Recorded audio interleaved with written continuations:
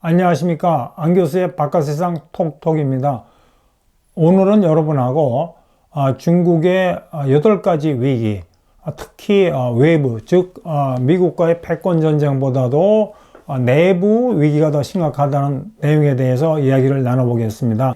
그간에 차이나의 대정책에 대해서는 많은 이야기를 나눴습니다. 남중국해 영토 분쟁, 대만 문제 등인데 중국 내부 문제를 다룰 기회가 많지 않았는데 마침 한국 경제에 좋은 글이 실렸습니다. 중국 경제 위기의 본질, 이 글을 쓴 사람은 조평교 중국의 연달그룹 수석 부회장입니다. 중국의 연달그룹은 민자기업 중에서 랭킹 100에 들 정도로 굉장히 큰데 조 부회장은 요 그룹의 수석 부회장을 하면서 베이징의 인너서클에서 중국을 움직이는 사람들이 어떤 생각을 하고 어떻게 정책을 결정하는지에 대해서 우리나라 중국 전문가 중에서는 누구보다 더 잘 알고 있는 사람입니다. 조 부회장이 지적하는 가장 큰 중국의 위기는 뒷걸음질하는 중국의 국가 시스템입니다.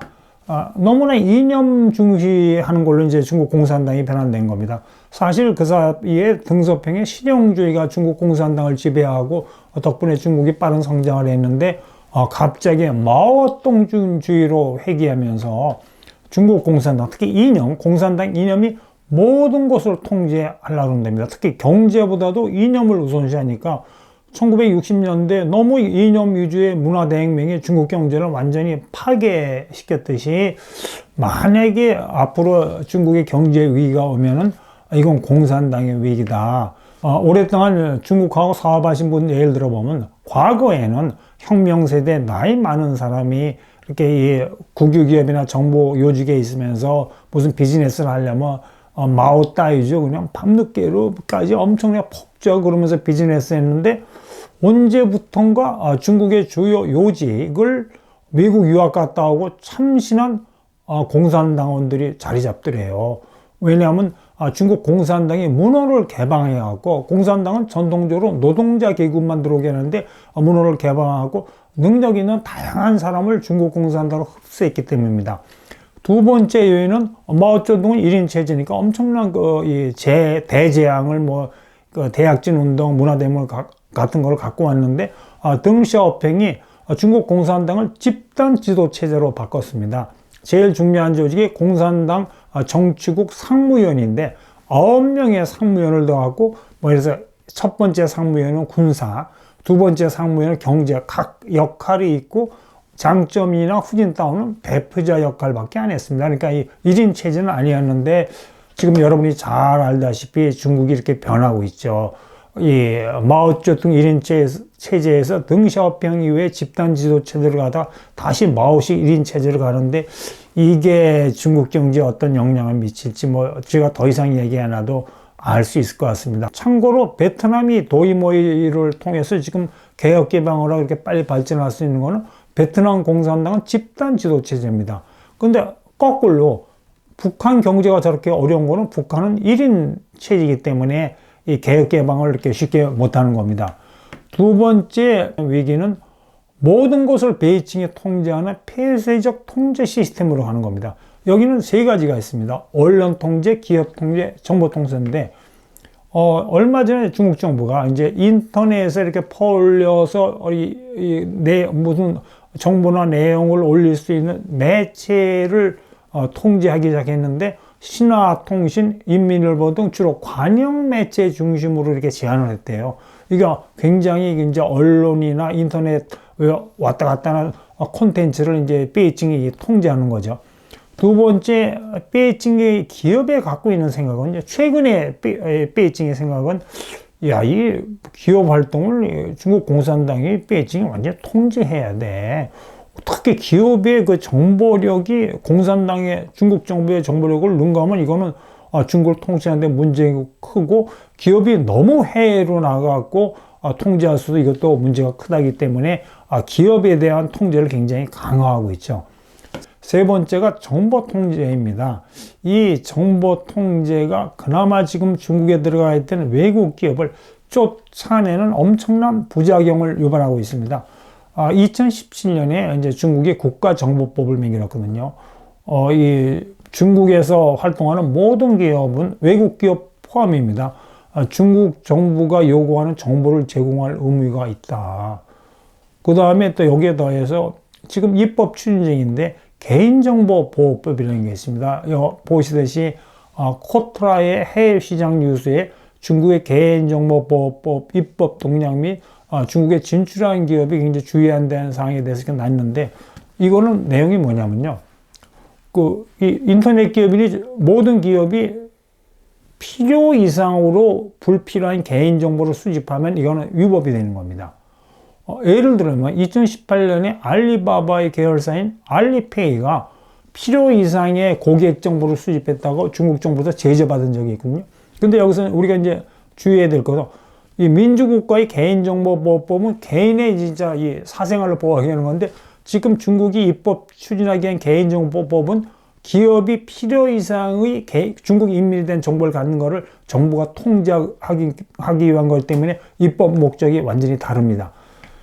그렇기 때문에 이제 짐 싸는 외국 기업이죠. 지금 얼마 전에 마이크로소프트의 소셜미디어 링크드인이 철수하겠다고 그냥 나와버렸어요. 마이크로소프트가 손 뗀 겁니다. 왜냐면 아까 말한 두 가지에서 중국 정부 검열 이런 게 너무 심해지니까 차라리 사업 못하겠다고 나왔고요. 이미 페이스북이나 트위터는 뭐 중국의 서비스에서 중단했고, 구글이나 넷플릭스는 들어가지도 않고, 이런 식으로 외국 기업을 쫓아내는 역할을 하고 있습니다. 세 번째, 꽁장룸 매는 그 나라 경제가, 그 나라 정부가 잘 이 매를 키워야지 많이 꽁을 잡지 않습니까? 우리나라의 꽁장룸 매는 뭐 대표적인 게 삼성전자죠. 지금 우리 정부가 뭐 삼성전자를 도와주지는 못할 망정 해꾸지는 안 하고 있는데, 지금 베이징은 이 꽁 잡는 매, 이 알리바바, 텐센트 같은 이런 글로벌 기업을 후려치고 있습니다.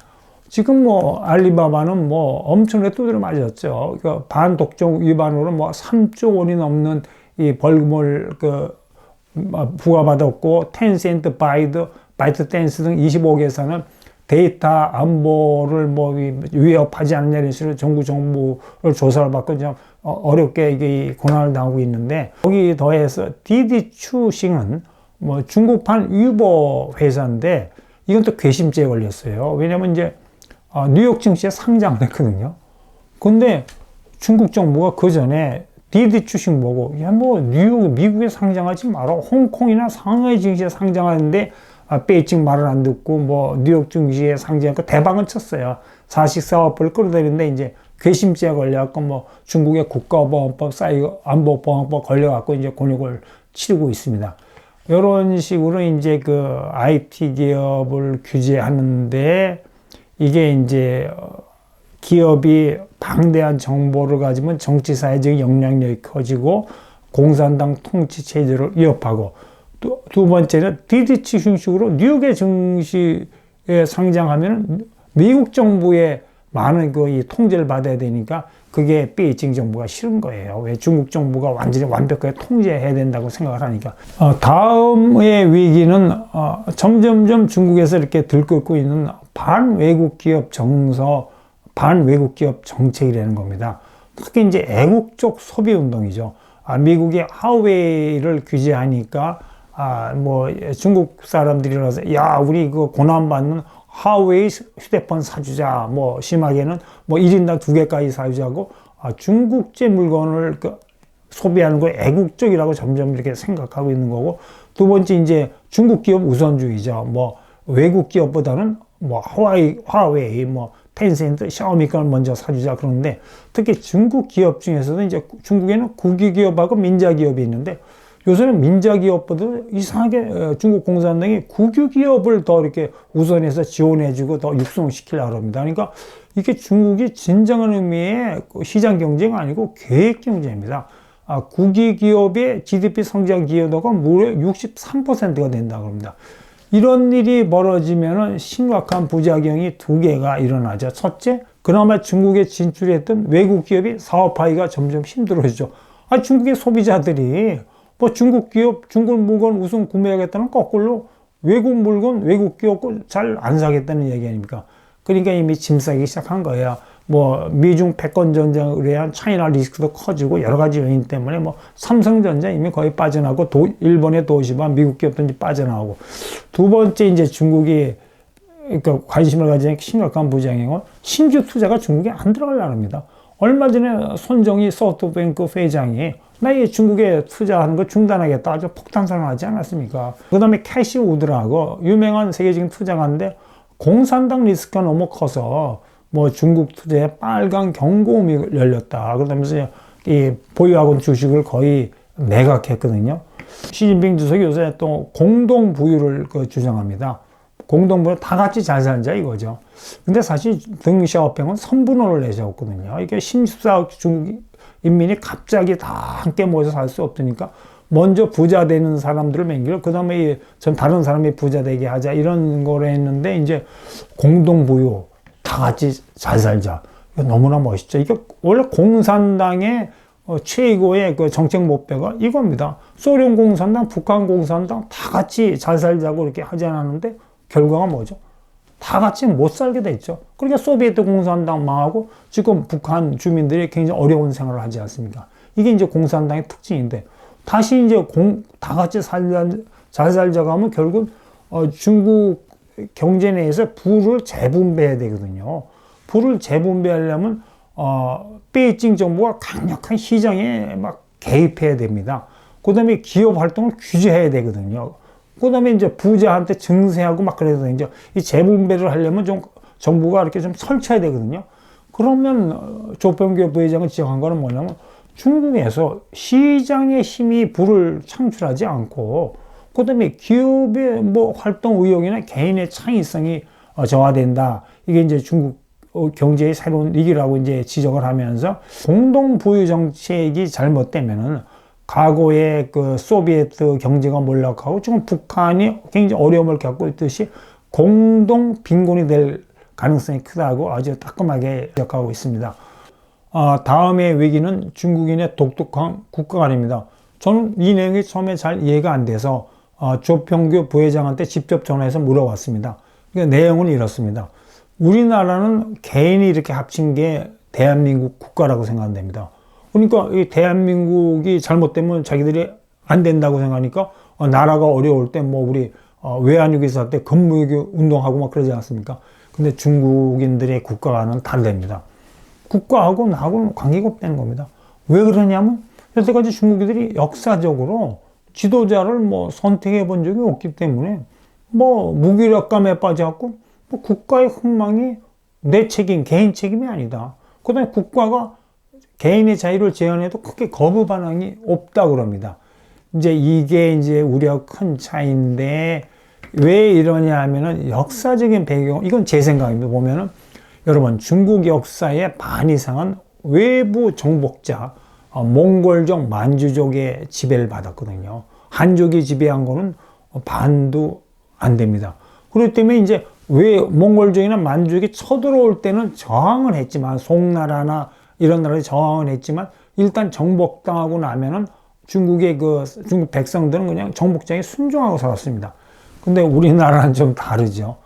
끝까지 외세에 저항하지 않았습니까? 뭐 항蒙운동을 뭐 오랫동안 하고 그다음에 임진왜란 때 의병까지 일어나지 않습니까?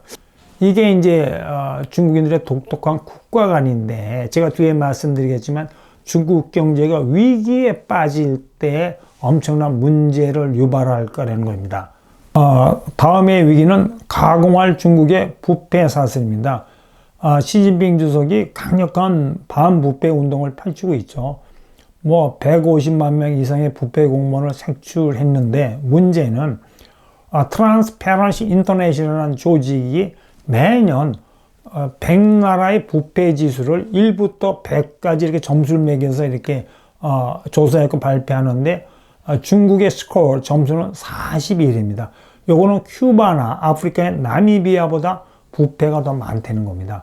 이런 식으로 시 주석이 반부패 운동을 펼침에도 불구하고 이 부패가 없어지지 않는데 내용을 보면 뭐 급행료 좀 받고 좀 도둑형 조그만 부패는 줄어들었대요. 강력한 반부패 운동 때문에. 근데 정경유착한 큰 부패 있지 않습니까? 부패 건수나 금액은 오히려 늘어났답니다. 이게 왜 그러냐면 부패 전문가들의 얘기를 들어보면 중국의 부패는 굉장히 독특하다고 합니다. 경제 개발 과정에서 일어나는 정경유착형 부패라 합니다. 고위직이 힘 있는 사람이 개인이나 기업에게 뭐 경제적인 특혜나 파격적인 지원을 해주고 이제 성장 과실을 논아먹는 겁니다. 이제 그렇기 때문에 부패의 규모가 상상을 초월합니다. 전직 철도 장관은 1억 4천만 불을 뇌물을 받았고 어떤 국유기업 사장은 현금을 받았는데 이거를 뭐 세지 못해서 무게를 재보니까 3톤 정도의 현금을 뇌물을 받았습니다. 이게 왜 그러냐면요, 이런 것 같아요. 중국의 경제발전 초기 단계에는 탑다운식으로 강력하게 부패 척결 운동을 벌이면 잡을 수가 있는데 점점 중국 경제도 고도화되고 막 복잡해지지 않습니까?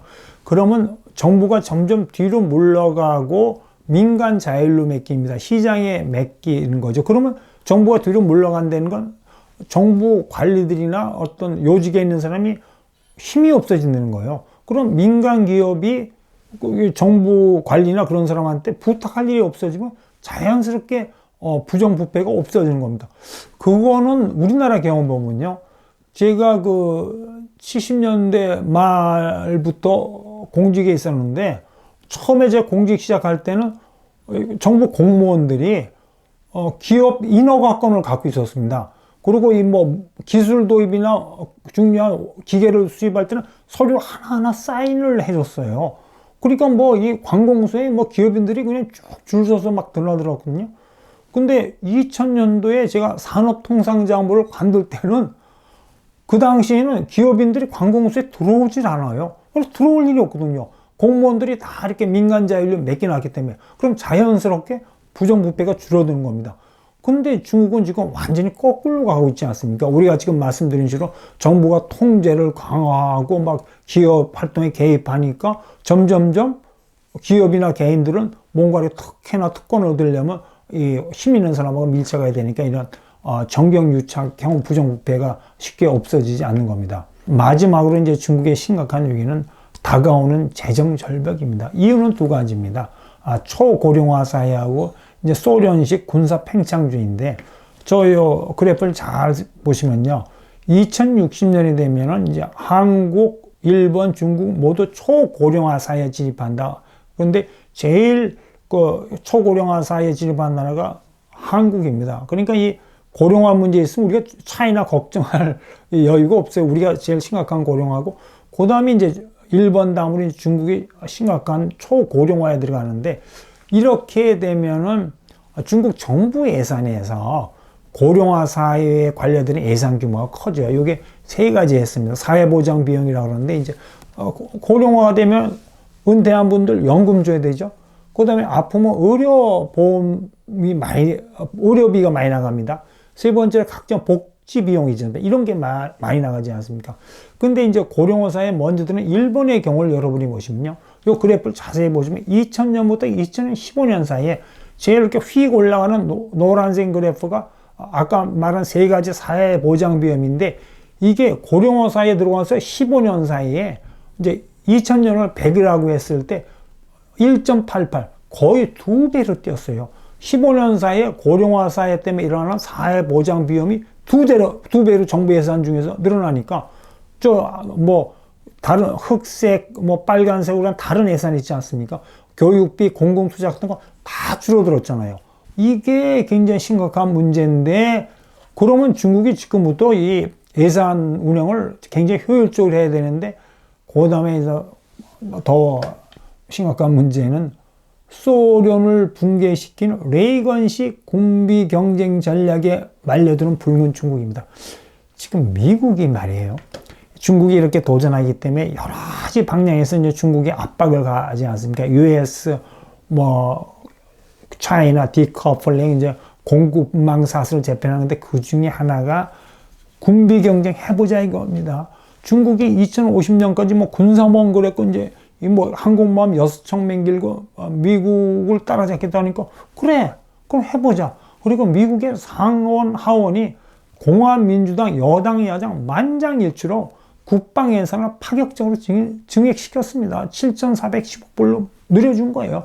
지금 미국이 뭐 육군, 해군, 공군, 해병대 입에 벌어졌을 겁니다. 국방 예산 늘려주니까.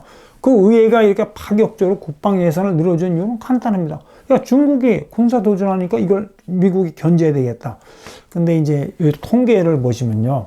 GDP 대비 국방비 비중이 미국이 현재 3.1이고 한국이 2.3인데 중국이 공식적으로 발표하는 거는 1.26인데 스웨덴의 국제평화연구소가 보고한 거 하면 이렇게 뭐 중국이 약간 변칙 회계를 해갖고 실제는 1.8, 한 2%까지 된다는 게 이제 이 일반적인 이야기입니다. 자, 근데 지금 국방 예산 규모는 아까 미국이 7,300억 불이면 중국은 한 2,000 몇백 억에서 한 3분의 1 수준밖에 안 됩니다. 자, 그러면 중국이 앞으로 이렇게 미국이 이렇게 3배 국방 예산이 많은데 중국이 미국을 따라잡으려면 제가 계산해보니까 연 7% 국방 예산을 증액해야 돼요. 예를 들어서 항공모함 전단 6개 갖지 않습니까?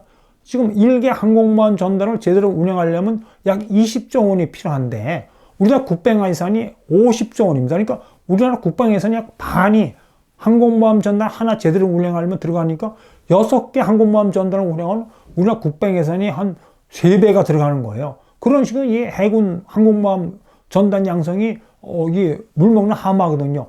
이렇게 되면은 1년에 매년 7% 중국이 군사비를 증액시키면은 2050년 제가 GDP 대비 군사비 비중 계산해 보니까 최대 8%까지 되는 겁니다. 제가 아까 말했지만 고령화 사회에서 오는 그 사회보장 비용 부담이 확 늘어나죠. 중국 정부 예산에서. 거기다 군사비 비중이 지금 자기들은 한 1.8이라고 그러는데 8%로 넣으면 4배 이상이 뛰는 거예요.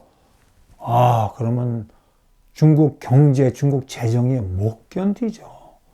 그러면 어쩌면은 미국하고 과도하게 군비 경쟁하다가 스스로 우리가 폭삭 망한 구소비에트 같은 일이 벌어질 수도 있습니다.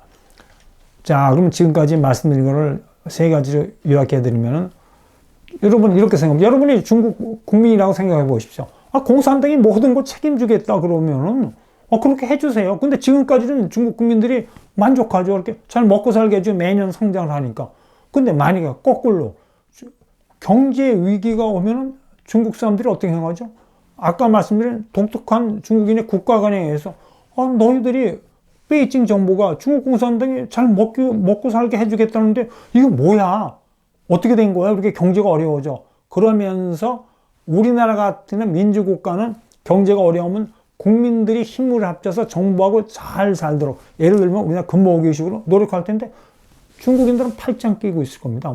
국가하고 개인하고 다르기 때문에 그러기 때문에 아까 그 중국을 잘 아는 조평교 부의장이 이 중국인의 독특한 국가관이 어쩌면 중국 위기의 핵심이 될지도 모른다 그러고요.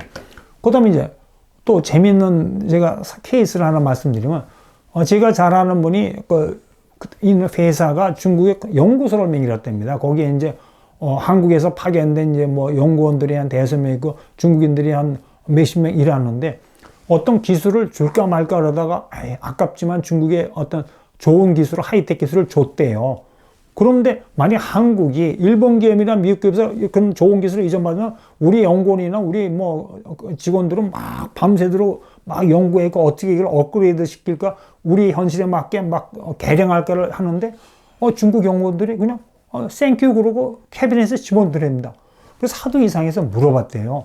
아니 왜 그 좋은 기술을 줬는데 왜 그렇게 요걸 이렇게 자체 연구 개발로 이렇게 활용할 생각을 안 하니까 당에다 보고했습니다. 딱 그러는 거예요.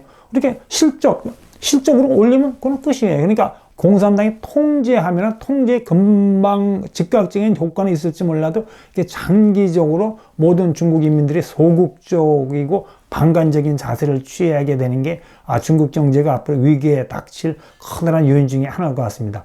두 번째 이제 언론이나 정보를 통제하는 게 이게 나빠요. 안 좋죠. 이게 왜냐면 중국이 효율적으로 발전하는 데도 안 좋아요.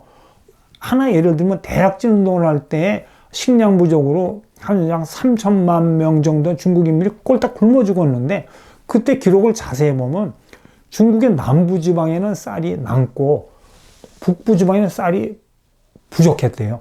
그러면 이 사실을 중앙정부가 알면은 남부지방에 남는 쌀을 북부지방으로 주면 되는데 굉장히 통제를 했답니다. 왜냐하면 지방정부가 허위보고를 한 게 들통이 날까봐 이게 정부가 정보를 통제하고 언론을 통제하고 할 때 겪은 중국이 참 쓰라린 경험이거든요. 대약진 논인데. 근데 그런 일이 벌어지지 않기 위해서 이거는 물론 극단적인 케이스지만 하여튼 이런 식으로 언론과 정보를 통제하면은 중국이 경제 발전하고 효율적으로 발전하는데 굉장히 그 효율성을 저해하는 거죠. 지금까지 제가 말씀드린 어떤 중국의 중국 경제의 8가지 위기 가능성에 대해서 말씀을 드렸습니다. 오늘 여기까지 하겠습니다. 여러분, 그렇지만 대한민국 여러분은 오늘 하루 원더풀 하십시오. 감사합니다.